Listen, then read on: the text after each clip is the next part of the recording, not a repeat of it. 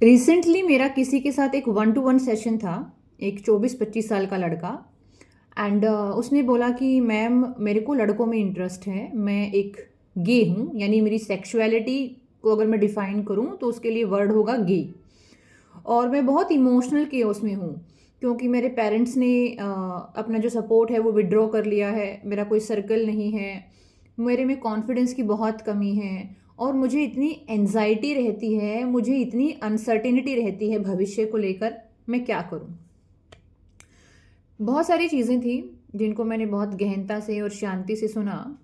और जब मैंने उनको कंसल्ट करना शुरू किया तो मुझे वहाँ से ये भाव आया कि इस थॉट को, इस लाइन ऑफ थॉट को मुझे पब्लिक डोमेन में भी रखना चाहिए कि चलो वो बच्चा somehow one two one session ले पा रहा है। और मुझे सबसे अच्छी बात उसकी पता है क्या लगी? उसने बोला कि मैम मैंने इस वन टू वन सेशन के लिए 2 से 3 महीने पैसे जोड़े हैं ताकि मैं आपके साथ एक सेशन ले पाऊँ। अदरवाइज़ आपका कंटेंट मैंने लगभग पिछले 6 महीने से मैं कंज्यूम कर रहा हूँ यूट्यूब से। ओके, मैंने क्या बोला उनको? देखिए, उनको भी और आपको भी मैं ये कहना चाहती हूँ, लाइफ एक बहुत बड़ा सर्कल है। लाइफ क्या है? लाइफ एक बहुत बड़ा सर्कल है। आपकी सेक्सुअलिटी उसमें एक छोटा सर्कल है। मैं ये नहीं कह रही सेक्सुअलिटी इंपॉर्टेंट नहीं है, लेकिन जो सेक्सुअलिटी है वो आपकी आइडेंटिटी नहीं है। आप उसको अपनी पूरी पहचान मत बनाओ कि आप सुबह शाम सिर्फ उसी के बारे में सोचे जा रहे हो, उसी के बारे में सोचे जा रहे हो। वो तो वन डायमेंशन है आपकी पूरी बहुत बड़ी रियलिटी की। तो आप अपने आप को बहुत ही स्ट्रांगली आइडेंटिफाई मत करो कि मैं गे हूँ, मैं गे हूँ, या मैं लेस्बियन हूँ, या मेरी और भी LGBTQ से जो भी आपकी आइडेंटिटी आप ड्राइव करते हो in the terms of your sexuality. क्योंकि आपके आसपास के लोग नहीं डिजर्व करते हैं आपके बारे में जानना कि आप बेडरूम में किसके साथ क्या कर रहे हैं। आपको क्यों बताना है किसी को? मतलब डू यू थिंक कि आप रियली अकाउंटेबल है अपने आसपास के लोगों को बताने के लिए? और कहाँ लिखा है और क्यों बताना है जाके अपने पेरेंट्स को कि मैं सच एंड सच फील कर रही हूँ, फील कर रहा हूँ? ये आपका पर्सनल मैटर है, ये आपका प्राइवेट मैटर है।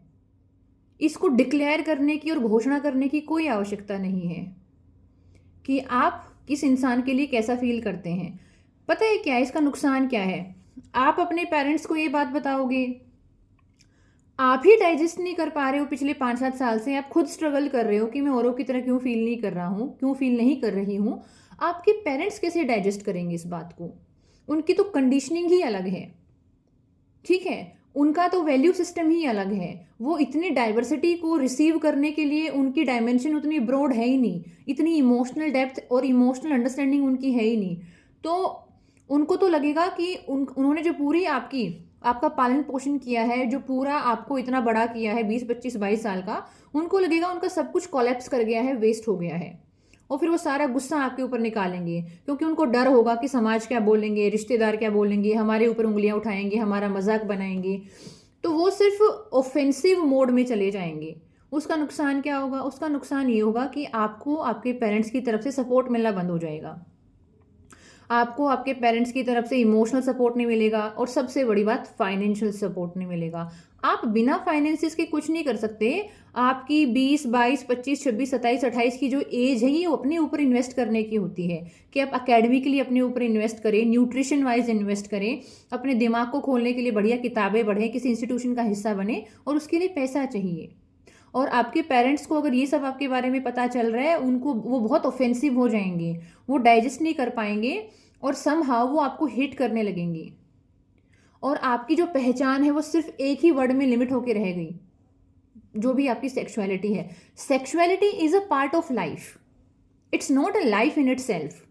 मेरे पास बहुत सारे वन टू वन सेशन आते हैं, बहुत सारी हाउस वाइफ हैं, वो परेशान हैं, सास से लड़ाई हो रही है, पति के साथ बन नहीं रही है।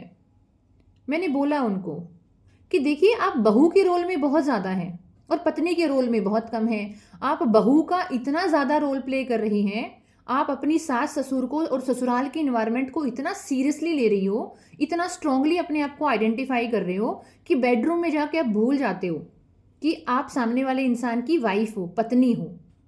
आप वही सारा सास ससुर का लड़ाई झगड़ा का बातें बेडरूम में लेके जा रहे हो। इससे आपका रिलेशनशिप इंपैक्ट होगा ही, क्योंकि सामने वाला इंसान एक दिन एंटरटेन कर लेगा आपको, 2 दिन कर लेगा, 4 दिन कर लेगा, लेकिन अगर आप बार बार पत्नी के रोल से हट कर एक बहू के रोल में बहुत स्ट्रांगली अपने आप को आइडेंटिफाई कर रहे हो, वो गलत है। हर चीज़ का प्रपोर्शन होता है, हर चीज़ का एक रेशियो होता है। अगर आप 2 रुपए की चीज़ को 200 रुपये दोगे तो इम्बैलेंस तो आएगा ही। अभी आपको अपना करियर बनाना है, ठीक है, आपको अपनी पहचान बनानी है। वो सेक्सुअलिटी आपका पर्सनल अफेयर है, पर्सनल मैटर है। सुप्रीम कोर्ट ऑफ इंडिया भी बोलता है आर्टिकल 21 के तहत कि भाई ये आपका मैटर ऑफ प्रिवेसी है। आर्टिकल 19 के तहत आपको जीने का अधिकार है, आपके पास फ्रीडम है कि आप अपनी पर्सनल लाइफ को कैसे कंडक्ट करना चाहते हैं। इसको डीक्रिमिनलाइज भी किया गया है सुप्रीम कोर्ट के द्वारा एक जजमेंट में। यानी कहने का मतलब ये है, आपको नहीं आवश्यकता है अपने फ्रेंड सर्कल में, अपने आसपास के लोगों में, अपने घर वालों को अपने बारे में इतना पर्सनल डेटा देने की। अब आप बोलोगे कि मैम आप तो हमारा राइट ऑफ एक्सप्रेशन छीनने की बात कर रहे हो कि हम एक्सप्रेस ही ना करें। एक्सप्रेस उस माहौल में किया जाता है जहां पर एक प्रकार की एक्सेप्टेंस हो। यहाँ पर आप एक्सप्रेस करोगे, स्कूल में आपका मजाक बना दिया जाएगा, रिश्तेदार आपका मजाक बनाएंगे, आसपास का माहौल आपका मजाक बनाएगा, आपके पेरेंट्स आपसे नफरत करने लगेंगे।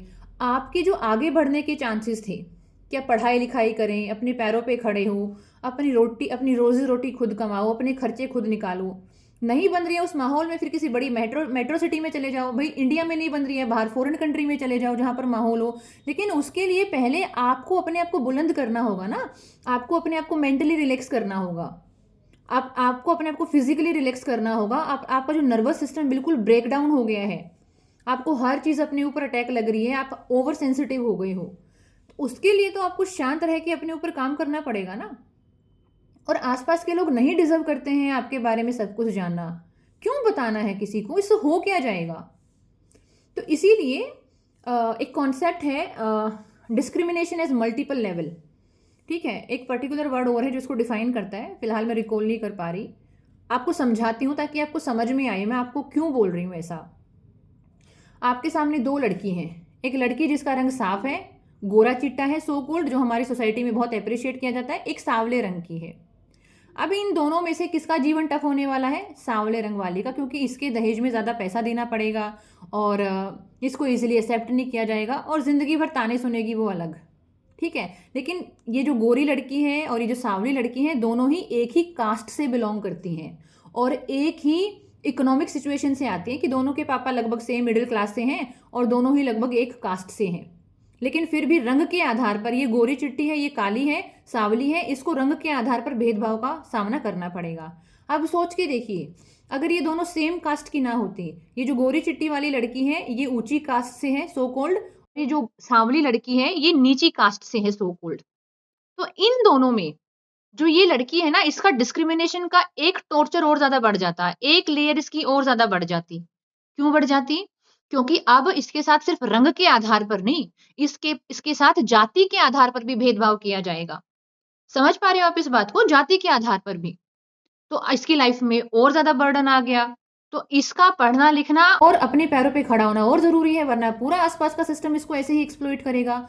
एक और लेयर ऐड करते हैं, ये अभी इनकी इकोनॉमिक सिचुएशन हमने सेम बताई थी। वैसे कास्ट चेंज होने की वजह से इकोनॉमिक सिचुएशन भी चेंज हो ही जाती है, लेकिन मान लो ये और गरीब परिवार से है, ये गोरी चिट्टी लड़की शहरी परिवार से है, मिडिल क्लास फैमिली से है, ऊंची कास्ट से है, और ये जो लड़की है ये लो कास्ट से है और इकोनॉमिक सिचुएशन और खराब है इसकी, तो इसके साथ एक्सप्लॉयटेशन के और चांसेस बढ़ जाएंगे। और ऊपर से अगर ये लड़की फिजिकली हैंडीकैप है तो इसका एक्सप्लॉयटेशन और बढ़ जाएगा। यानी हर बार आउटसाइड फैक्टर्स की वजह से एक लेयर ऐड हो रही है एक्सप्लॉयटेशन की। तो इस इंसान को तो और ज्यादा आवश्यकता है किस चीज की? अपने ऊपर इन्वेस्ट करने की और अपनी इम्यूनिटी को स्ट्रांग रखने की, अपनी बाउंड्री को बिल्ड करने की, कि बाहर की चीजों से मैं अपने आप को प्रभावित होने नहीं दे सकती हूं। वैसा ही है अगर ये लड़का है, ठीक है, और ये एक नॉर्मल परिवार से आता है और ये अपने आप को ये बोलता है कि मैं गे हूं, जो पूरा समाज है ना वो इसके पीछे पड़ जाएगा, इसका मजाक बनाएगा, इसको सीरियसली नहीं लेगा, इसको तरह तरह के तंज कसे जाएंगे। हमारा आज का समाज लड़कियों के लिए फेवरेबल नहीं है। ट्विशा शर्मा और बहुत सारे दहेज के केस होते हैं, अब in the case of Twisha, ये बंदी पढ़ी लिखी है, शेयर मार्केट में इन्वेस्ट कर चुकी है, वर्ल्ड वाइड ट्रैवल कर रही थी, इंडस्ट्री में अलग अलग जगह पे काम कर चुकी थी, she was financially well of, she was emotionally, cognitive capacity, जिंदगी को लीड करने का तरीका कितना बढ़िया था इस बंदी का, ये भी नहीं बच पाई, ये भी शिकार हो गई एक मानसिकता का। हर तरीके से मजबूत होने के बाद गोरी चिट्टी भी थी, पढ़ी लिखी भी थी, फाइनेंशियल वेल ऑफ भी थी। और ये तो सिर्फ एक केस है जो हमारे सामने आता है, पता नहीं ऐसे कितने केसेस हैं। इसलिए आपका आंतरिक रूप से मजबूत होना बहुत ज़रूरी है, और उस मजबूती के लिए आपको चाहिए मिनिमम कॉन्फ्लिक्ट। समझदार इंसान बिन वजह की लड़ाइयाँ नहीं लड़ता है। आपको कोई ज़रूरी नहीं है कि अपने दोस्तों को, अपने स्कूल में, अपने कॉलेज के लोगों को अपने बारे में आप बताओ, क्योंकि माहौल देखा जाता है ना। अगर आपकी ये इन्फॉर्मेशन गलत हाथों में पड़ गई, मान लो कोई लोग हैं जो मज़े लेना चाहते हैं, जिनको दूसरे के एक्सप्लॉयटेशन में मज़ा आता है, तो वो तो आपका जीना हराम कर देंगे। उस कॉलेज में शायद आपको शांति से रह के पढ़ना था, आपको पता था कि 3 साल 4 साल 5 साल मुझे इन्वेस्ट करने हैं और फिर मुझे एक लेवल पे जाना है। अगर आपके पास फाइनेंशियल पावर है, आपके पास बुद्धि है, चीज़ों को सोचने समझने की क्षमता है, तो आपका जो एक्सप्लॉयटेशन है वो काफ़ी हद तक कम हो जाता है। आप अपनी मर्जी से अपना जीवन जी सकते हो। लेकिन अगर आप फाइनेंशियली वेल ऑफ नहीं हो, पढ़े लिखे नहीं हो, दुनिया की जानकारी नहीं है, कॉग्निटिव कैपेसिटी आपकी डेवलप नहीं हुई है, सोचने समझने की क्षमता बहुत लिमिटेड है, संकुचित है, आप मारे जाओगे। वो भी ऐसे लोगों के हाथों से। मारने का मतलब वास्तविकता में जीवन खत्म नहीं है, जीवन की संभावना है कि जीवन एक ऊंची उड़ान उड़ सकता था, लेकिन फिर भी आप मारे गए।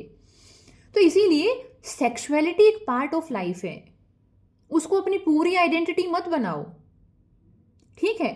आप 24 घंटे मत ये सोचो कि मैं, फॉर एग्जाम्पल बहुत सारे लोग हैं ना, स्टूडेंट हैं जिनके साथ मेरे 1-to-1 सेशन होते हैं, हमारे ग्रुप में डिस्कशन होते हैं, वो बोलते हैं हमसे पढ़ा नहीं जा रहा, हमसे पढ़ा नहीं जा रहा।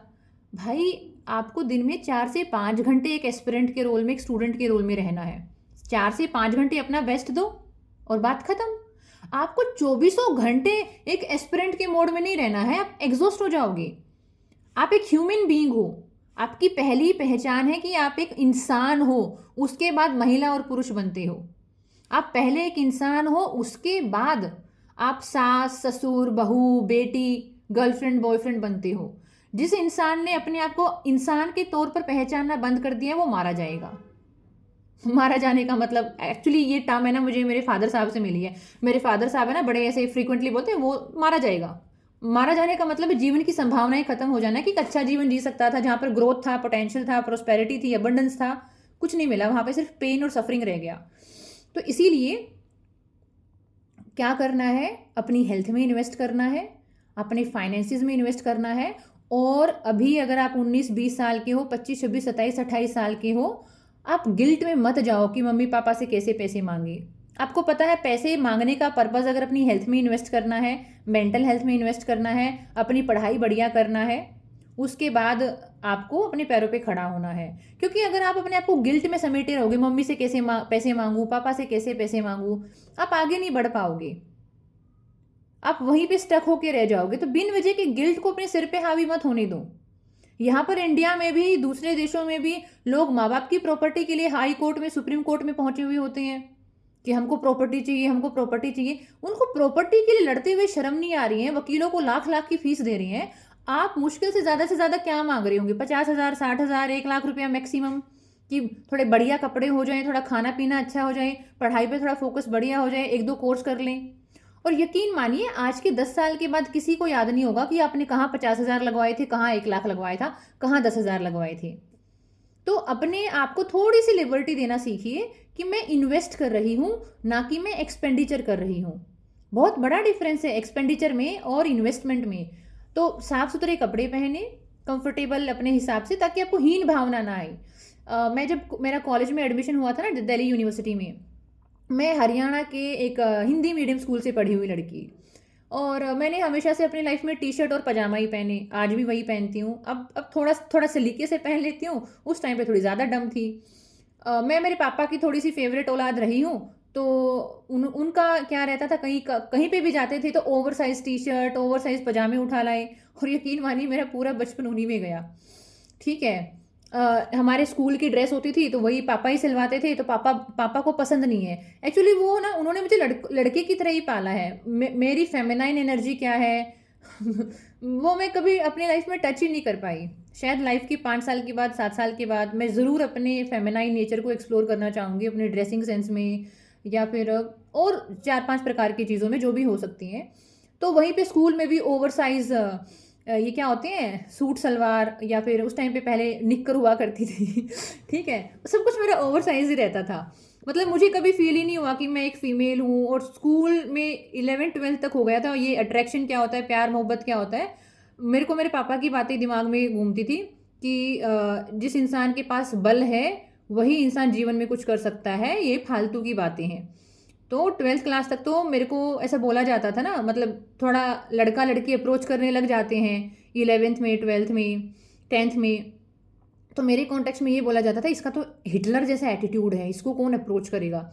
मुझे किसी ने अप्रोच किया भी नहीं। और उस टाइम पे शाहिद कपूर की एक मूवी आई थी 2010-11 में, जिसमें वो क्या बने थे, एक आर्मी आर्मी नहीं, एयरफोर्स के ऑफिसर बने थे।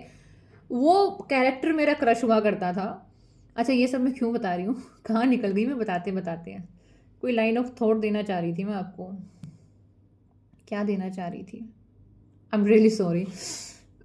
क्या बताना चाह रही थी मैं आपको, इधर से उधर आ गई। हाँ हाँ, आ गया, याद आ गया। तो जो मेरा दिल्ली यूनिवर्सिटी में एडमिशन हुआ था ना, मैं हरियाणा के हिंदी मीडियम स्कूल से पढ़ी हुई, तो मुझे नहीं पता था। और वहाँ पर जब मैं लड़कियों को देखा तो मैं सच में ऐसे हैरान थी कि यार ये तो फिल्मी कपड़े पहनती हैं, सच में जो करण जौहर की मूवीज़ में पहने जाते हैं। इनके कितने खूबसूरत बाल हैं, कितनी ये खूबसूरत हैं, इनकी वेशभूषा कितनी अच्छी है। और मैं अपने आप को और बैकवर्ड पा रही हूँ वहाँ पे। तो वहाँ पर ना एक आंटी थी जिन्होंने मेरा एडमिशन करवाने में मेरी हेल्प करी थी, क्योंकि मेरे को तो पता भी नहीं था दिल्ली है किधर। ठीक है? तो और दिल्ली यूनिवर्सिटी भी कुछ है, ये मेरे को 12वीं क्लास तक नहीं पता था। इंटरनेट होता नहीं था, घर वाले खुद पढ़े लिखे हैं नहीं, तो कैसे पता होगा। तो जब मेरा वहाँ पे एडमिशन हुआ तो उन आंटी ने मेरे को बोला, उन्होंने मेरी एक बेसिक शॉपिंग करवाई थी। उन्होंने मुझे बोला था, बेटा ना तो ऐसे कपड़े पहनने हैं कि कोई देखकर आपको दीनहीन समझे, और ना कुछ ऐसा पहनना है कि आप पहन के चलो तो 4 लोग मुड़ मुड़ के देख रहे हैं। वो बेकार चीज़ है, बैलेंस में रहो। और वो बात मुझे इतना समझ में आई कि आप ऐसे कपड़े पहनो, ना तो आपको एक गिल्टी वाली फीलिंग आए कि आपको आसपास के माहौल को देखकर लगे बहुत हीन भावना आ रही है आपको, और ना ही कुछ ऐसे पहनने हैं कि बिन वजह लोगों के अट्रैक्शन का आप केंद्र बनो, क्योंकि इसमें कोई बेनिफिट नहीं है ना, आपकी एनर्जी ही ड्रेन होगी। बढ़िया कपड़े पहनो, बढ़िया पोषण वाला खाना खाओ, बढ़िया अपने आप को हाइड्रेट रखो, बढ़िया किताबों में, बढ़िया कंटेंट में, और जो भी आपका गोल है, दिन के 5 घंटे 6 घंटे ईमानदारी से दो। बस दिन के वो 5 से 7 घंटे आपको एक बढ़िया एस्पिरेंट के रोल में रहना है, जिस चीज़ की भी आप तैयारी कर रहे हो, जिस बिजनेस आइडिया पे आप काम कर रहे हो। बाद में आप ह्यूमन बीइंग हो, आप इंसान हो, और इंसान होने के नाते आपको अपने ऊपर इन्वेस्ट करना है। और आपका कुछ फील गुड फैक्टर होना चाहिए आपका अपनी लाइफ में, फील गुड फैक्टर। 24 घंटे एस्पिरेंट बने रहे, बर्नआउट हो जाओगे। कुछ लोग हैं जो सेशन में आते हैं, कहते हैं मैम जब से हम आपसे जुड़े हैं 4 दिन हो गए, आपकी बहुत वीडियो देख रहे हैं, नोट बना रहे हैं, लेकिन थक गए हैं। भाई आपको 24 घंटे उस हीलिंग मोड में नहीं रहना है। दिन में 2-4 घंटा कुछ कर लिया, बाद में अपना साधारण जीवन जियो।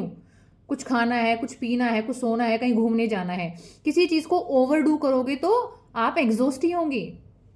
समझ रहे हो?